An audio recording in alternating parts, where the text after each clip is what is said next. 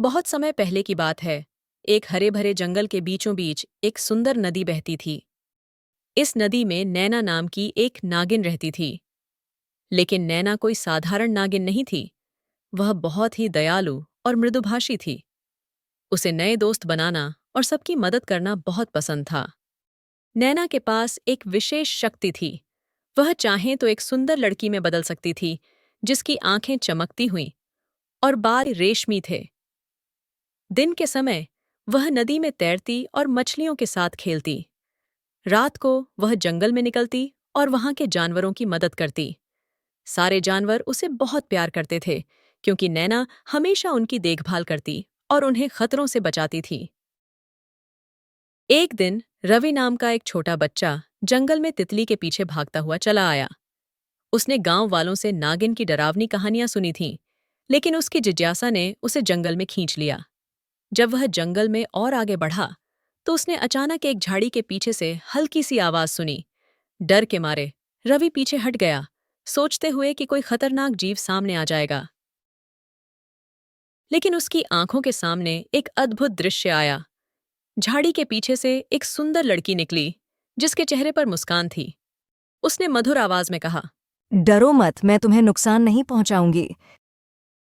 रवि अभी भी थोड़ा डर रहा था, लेकिन उसे लड़की की आंखों में सच्चाई और दया दिखी।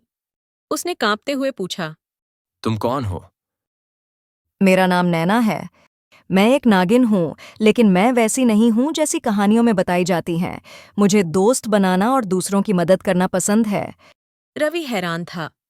मैंने कभी नागिन को नहीं देखा। लोग कहते हैं कि तुम खतरनाक हो। नैना ने सिर हिलाया और मुस्कुराई। सभी नागिनें खतरनाक नहीं होती। जैसे सभी लोग एक जैसे नहीं होते, वैसे ही हर नागिन भी अलग होती है। क्या तुम मेरी दुनिया देखना चाहोगे? रवि ने जिज्ञासा और उत्साह के साथ हाँ कहा। नैना उसे नदी के पास ले गई, जहां उसने अपना नाग रूप धारण कर लिया। जैसे ही वे नदी में तैरने लगे, रवि ने पानी के नीचे की दुनिया देखी, जो चमकते पौधों, रंग बिरंगी मछलियों और चमकते पत्थरों से भरी थी। अपनी रोमांचक यात्रा के बाद नैना ने रवि को किनारे पर वापस ले आई। धन्यवाद नैना, रवि ने कहा। तुम सबसे अच्छी नागिन हो। नैना मुस्कुराई। याद रखना रवि, सच्चे दोस्त हर रूप में आते हैं। कभी भी किसी को सिर्फ सुनी सुनाई बातों पर मत तौलना, हमेशा उन्हें जानने की कोशिश करना। रवि ने समझदारी से सिर हिलाया और नैना ने उसे एक जरूरी सबक सिखा दिया। उस दिन के बाद रवि अक्सर जंगल में नैना से मिलने आता। वे दोनों अच्छे दोस्त बन गए और रवि उसे इंसानों की दुनिया के किस्से सुनाता, जबकि नैना उसे जंगल के चमत्कार दिखाती। और इस तरह दोस्ताना नागिन की कहानी गांव में फैल गई। गांव वालों ने जंगल और वहां के जीवों से डरना छोड़ दिया, क्योंकि उन्हें पता था कि नैना वहां है, जो हमेशा अपने दयालु दिल से उनकी रक्षा कर रही थी। और फिर सभी खुशी खुशी जीने लगे।